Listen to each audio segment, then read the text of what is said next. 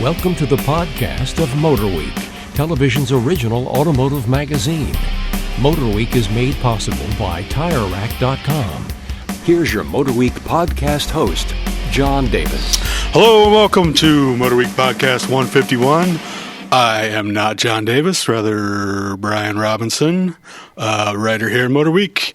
Our host, John, is off on a well-deserved vacation right now, so you're stuck with the three of us getting through this. It'll be me stumbling. Road test producer Greg Carlos. That's me, and I'll try and help you out whenever I can. Thanks. And Mr. New Guy. New guy. Writer Garick, Zikan. Right. Welcome. Thank you. And I'm just going to try to coast along and maybe fill in between when Greg stops talking. Hang in there, or guys. Take a break. We plan to be on here for about an hour, so by about minute 30, we should be nice and rolling. So this is a special podcast strictly dedicated to the LA Auto Show, which is going on this week. LA Auto Mobility is how they advertise it now, as like the press days and things like that. And the automobilities bring the technology and the auto world together because, as we know, in many of these vehicles, you're getting both. Thank you for the clarification. You're welcome. Yeah, so you were wrong. Yeah, since you guys both got back from there. Right, although I did see advertisements for LA Auto Show, so I think you could still call it that. All right. So before we get into actual vehicles, what was the overall mood of the show? I know we were on a kind of 4 or 5 year run where sales have been up. It's looking like sales are actually going to be down this year. So what was the kind of mood of the show? The mood, it wasn't – the excitement wasn't there for me, and I talked to a lot of other journalists who kind of had the same feeling. There wasn't any – there were a few bigger launches, but nothing really, really major, so nothing to really get excited about.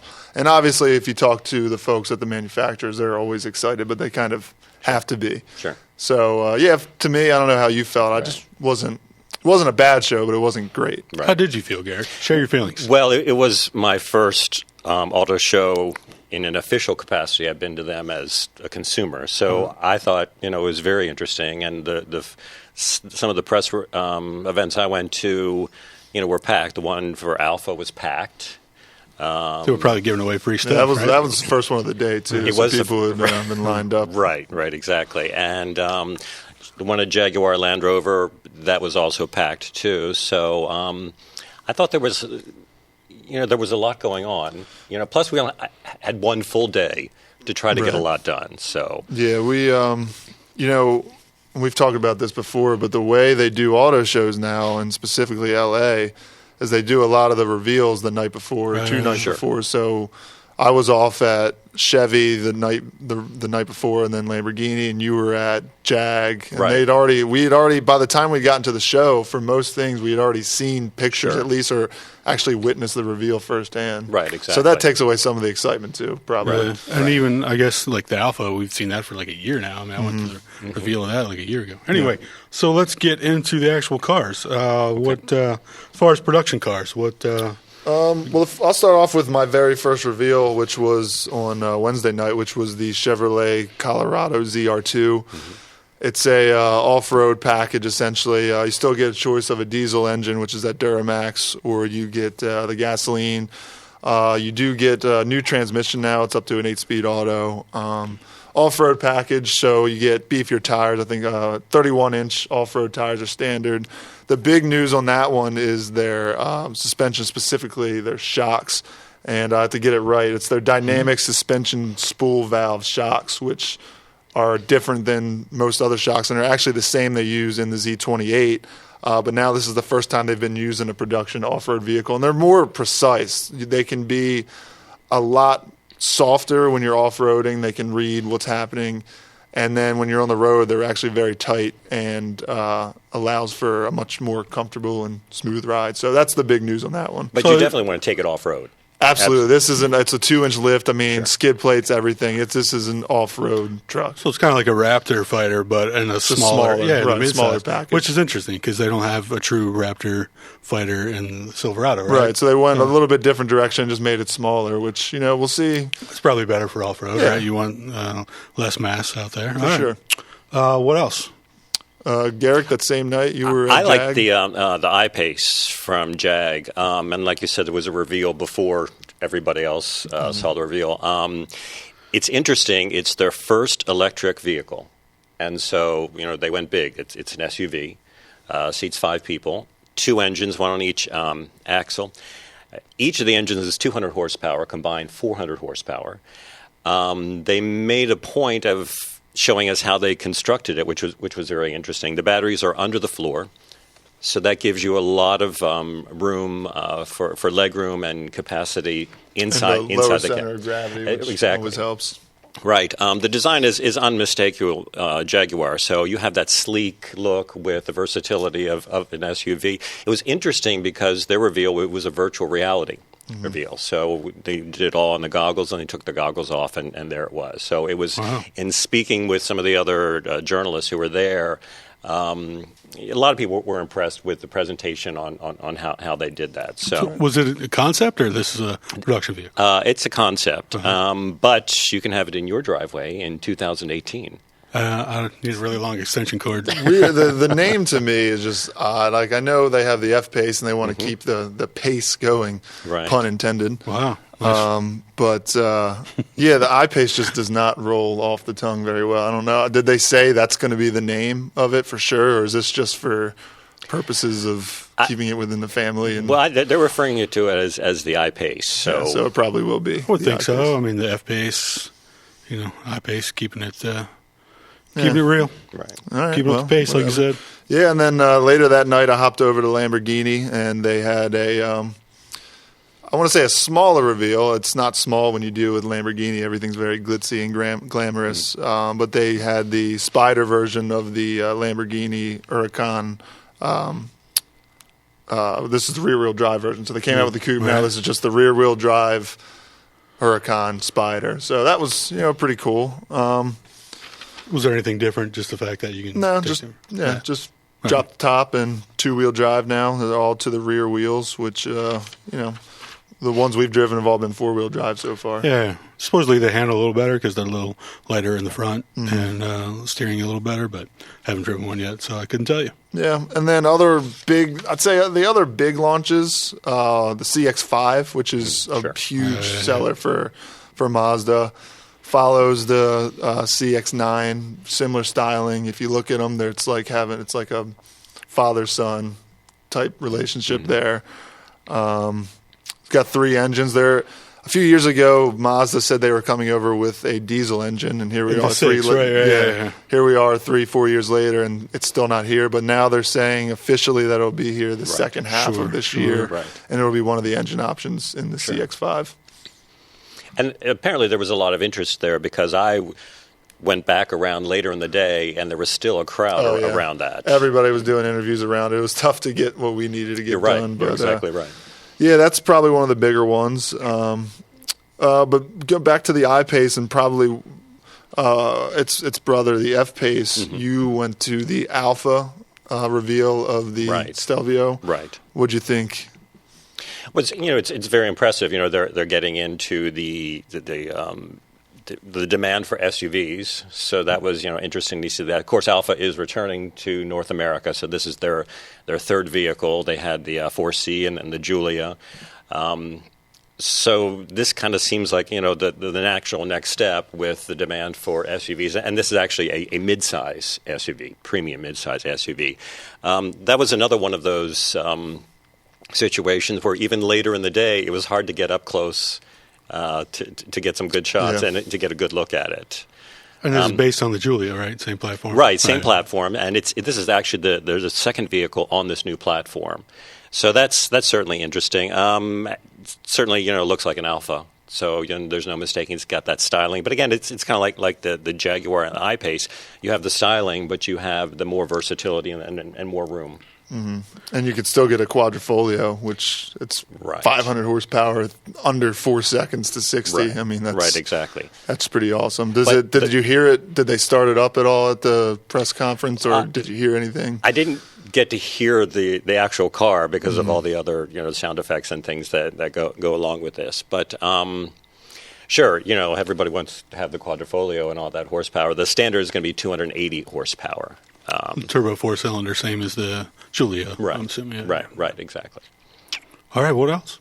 Keep them coming, guys. Let's keep going through the notes here. On this first page, I've got Jeep Compass. That was another fairly big one, I think. I thought that was going to go away. Now that they have the That's what Renegade everybody kind of just assumed, Compass, right? Yeah. But now they come back and they've answered the questions that we had years ago. We're like, well, let's make it more of a rugged Jeep. Now you can get a Trailhawk version. You can also get 6-speed manual in it, which is pretty darn cool. And it's bigger than the Renegade or smaller than the Renegade? How does this fit in there? I don't actually know the specs. I think it's, looking at it looks like it's bigger, I guess. Yeah, I would think it would fall in between the Renegade and Compass. Right. They're still calling it a compact SUV. Cherokee. Right. So, yeah, they did answer some questions there. And, it definitely looks more the part of a Jeep now. Right. So I think they've got some excitement behind that one. What's interesting about that is that it's truly going to be a global vehicle. They have 17 different powertrain options for markets around the globe. It's going to be built in 4 different countries. So, that the desire to have, more rugged vehicles, crossovers, SUVs, whatever it is, it's not just a phenomenon here in the United States. It's really global. So, and they're certainly, trying to tap into that. Right. How about you? You got a list of your top things that you had a top 10. I have a top 10, really? yes, which is going on our website. So it was a Jaguar I-Pace first, Alfa Romero Stelvio. I have second. Are we going these 10 to 1 or 1 to 10? I'm doing 1 to 10. That's generally how I I like starting at the top and working my way down. Although this is hasn't been vetted, so the order can be based on your opinion. This is personal. Carry on. Sure. Well, Mazda CX-5, we talked about that. Volkswagen Atlas was there. Chevrolet Colorado, Greg spoke about that. Jeep Compass. Subaru Visit. I haven't had time. They're 7-passenger concept. Right, exactly. That's they're claiming that's going to be their biggest Subaru ever. I mean, it's a concept now, but eventually it will be their biggest Subaru. Like a Tribeca replacement, but bigger. Right. So, again, on the SUV, large vehicle concept. But versatility comes in many sizes, as we know. And so Ford has the EcoSport for North America. So that'll be interesting, and there's other competition in that segment. Yeah, already. Yeah, so you have the CX-3 and the tracks, everything's HRV. Yeah, right. So they want to bring. They had already had it overseas, so it was an easy decision for them to just say, well, let's get it over here now and start selling it. Sure. And it's honestly not it fits in that category. It's small, it's cheap, it's efficient. It doesn't strike any doesn't strike me as a very exciting car, but I'm sure it's got sport in the name, Greg. Yeah, but I did notice that they said that this one will actually have Apple CarPlay and Android Auto, which for a while Ford was not. They weren't hopping on that train, but now it seems like they might be doing that. So yeah, it's. I feel like that's a placeholder for them until they can really develop something for this specific market. Okay. If they even go that direction, but I noticed that too. It's not so much a size, but they have a lot of technology in there. It's for young people. Sure it's for people around my age who want a new car. Yeah, Brian Robinson hates them. Yeah. Kids but or we are young people or we will not be ignored. We are around and we're going to buy cars, and we need them to have very specific things. Right. Did I read somewhere that it's built on the Fiesta platform, or am I totally off on that? That would make sense. I believe it because it has the same powertrain. Still has a 1-liter 3-cylinder engine. Okay. You can get a 2-liter for 4-wheel drive. So I think it's good. It's another option if you're looking for something that size. Yeah, and then let's see. We'll go back to more luxury. We had a Mercedes-Benz came out with their S650, their Maybach Cabriolet. Right. Beautiful. Which is just, huge, luxurious. Right. But more exciting for me was their E63 AMG. That has their newest version of the 4-liter turbo engine and now uses a twin-scroll turbocharger. kicks out 563, but if you go up to the S, you're getting over 600 horsepower. That's 3.3 seconds to 60. It was a Cooper sedan. That's a sedan. And it is a very powerful car. And I really look forward to driving that one. You can get the first edition, which comes out with a special trim package, or a special trim of like matte paint and black trim. You get carbon ceramic standard on that first edition. But they also have a new 4MATIC all-wheel drive system. And one of the problems that people had with AMGs and that 4MATIC was that you couldn't get those cool smoky burnouts that a lot of degenerates like myself like. And but now if you go into a race setting, it'll actually completely decouple the front axle, so you can go full rear-wheel drive. Okay. Up until a point where if you really get out of sorts, it will recouple and kind of save your backside. But yeah, that's a step in the right direction. Now it's constantly varying torque split. It used to be a set torque from rear to front, I believe. Obviously, biasing towards the rear. Now it's constantly changing that. So it's really, it should perform better on the track. Right. And the Mercedes display is huge there. It seems like they brought every single vehicle that they ever made. They always have everything there. And then things that, you want to say that are new but really aren't. They've had them for a while, but they're all out there to get your hands on and jump inside. Right. And the Maybach is definitely something you want to see, but it's in the back of the display, back in the corner. Right. Well, it's like the milk in the grocery store, so you have to walk through everything else to pick up on your way back to what you need. All right. Well, I'm sure that's what they were thinking when they set it up. Anyway, it's worth looking for, and it's worth getting back there looking for it. Yeah, and then some more practical stuff. We've been seeing the CHR in one form or another from Toyota or Scion. Now that Scion's gone, the CHR is now in a U.S. spec. We've seen that for the first time here now. Brings over some of that Scion styling. It's funky, quirky, smaller. It's going to compete with the HRV and smaller subcompacts like that.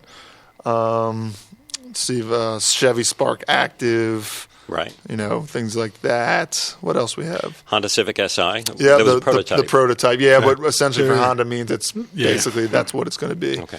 And they're saying this is their fastest SI. Fastest SI, but it falls right between their Sport and their Type R. The Type R at the top end and the Sport at the lower end. Yeah, so that's something to look forward to.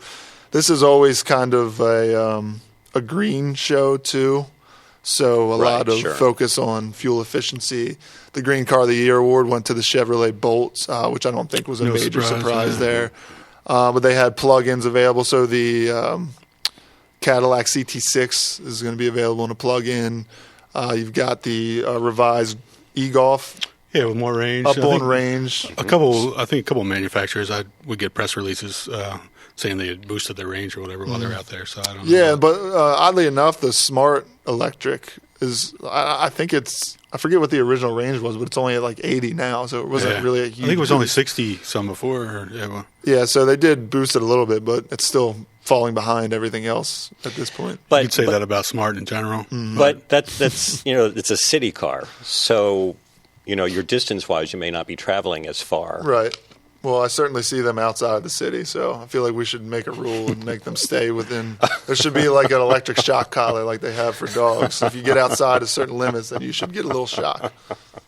I haven't driven the electric one, but it was fun when I did a few weeks ago, the Cabrio, and like I said, it was fun. I was impressed. And sounds like we're getting to the bottom of the barrel here. Yeah, I mean, anything else on your list there? I do. Land Rover Discovery. They had an interesting event there. It's showing off their tow assist technology, where if you have a trailer and you're trying to back it up, you're basically steering it from the screen and the control in the console, and your foot on the gas. The car is steering it itself, and it was really very interesting. I could do it twice. First time was okay. Second time, I got a feel for it. What made it even more interesting was that the discoveries they brought over were British spec, so the steering wheel was on the right hand side. So that made it a little bit more interesting. But it was just it was. I thought it was good technology. You're basically just lining up the trailer with where you want to go, and you've already plugged in the dimensions of the trailer for that. So, and again, it's assist. You are still doing it. It's not doing it for you. But I think Ford's got something like that in the F-150. right, they were talking about that too. But it was nice to. I mean, I think car shows are great, but if you can't actually get behind the wheel, that takes a little bit of the fun out of it. So that was nice to be able to do that. Yeah, I'm going over the list here. You'll have to excuse me because this is the second year in a row I've pretty much gotten right off the plane and came in to talk about it. And you're Panamera made its debut here. Right. You get a long wheelbase, or there's a new standard V6 engine. And a lot of interest in that one, too. That one, if you that's didn't get in always a big early. one. They always have a pretty cool display. They have a lot of their race cars and stuff available to look at, but it's always hot in there. My God, is it hot in there? Because they have at least the cards on the temperature. In too. previous years, the lights coming down. That's neither here nor there. Right. But that one, if you do go to the LA Auto Show, you have to look for it because they're tucked separate. Away in the back, they're tucked away. They like to keep themselves separated from the commoners. They are a Porsche. Right, exactly. All right, Greg. I I got a couple was trying to more wrap this up, but all right. Cadillac. Got somewhere to be? Yeah. I do. Didn't you do the Cadillac? The Escala. Escala. Yeah, the concept. I mean, that was just out there for everybody to look at. And I can't remember if that was debuted at another show. I think wasn't that at Pebble Beach? Yeah, probably. Because it was pretty much wide out in the open. Honestly, I don't know much about it. I just saw it on my way to another car. Right. I think Garick just wanted to say that, Escala. Escala. I did. Well, because I didn't get a chance to get a really good look at it either. But yeah, Escala. But yeah, before we wrap up, Genesis G80 Sport is a new trim level for the G80. That whole G80 lineup was refreshed, but now the Sport gets the twin turbo from the G90. Audi A5 S5 Sportback is coming to the States, which is always cool. Nissan had some interesting stuff. They did the Sentra Nismo, so they have their turbo, which is now a Nismo. You can get still the 6-speed manual, turbo motor, just different styling, things like that. Right. And then their Rogue, they have a Star Wars special edition, and that was probably one of the grander intros that I'd seen there with stormtroopers coming out and everything. And fire. So, you can get so you get two colors, black or white. Right. Only 4,000 are coming to the United States, and if you get one, you get a special Death Trooper replica helmet, which is the only way you can get a Lucas. Wow. I guess confirmed replica helmet, which is cool. Right. So that was. We could probably go through a little bit more, but I think that was the gist of the show. Sure, and that was an impressive display. I mean, I was maybe 2 rows back. I could still feel the heat from the flames. So very cool. It was, and again, a lot of interest. Even hours later, there were still people around. Plus, they had a TIE fighter. Not sure how to scale it was, but that was my first picture. All right. Thank you very much, gentlemen, for all that wonderful Brian. information. My pleasure. Come back anytime. From the LA Automobility, what was it? Automobility LA. Show. Yeah. All right. Appreciate that. Quick thanks to Bob Mixter, our podcast creator, and Jim Bigwood, of course, our audio engineer. Be sure to check us out on all the usual social media outlets. Our crack social media staff is constantly updating you with lots of good stuff on there. He's not in here, by the way. We're certainly not looking at him behind the camera. And that's it for Podcast 151, and that's it. Time to take a nap. You have been listening to the podcast of MotorWeek, television's original automotive magazine. MotorWeek is made possible by TireRack.com. For additional information on podcasts, videos, and showtimes, visit our website at motorweek.org. And watch MotorWeek, television's longest-running automotive magazine series each week on your local PBS station.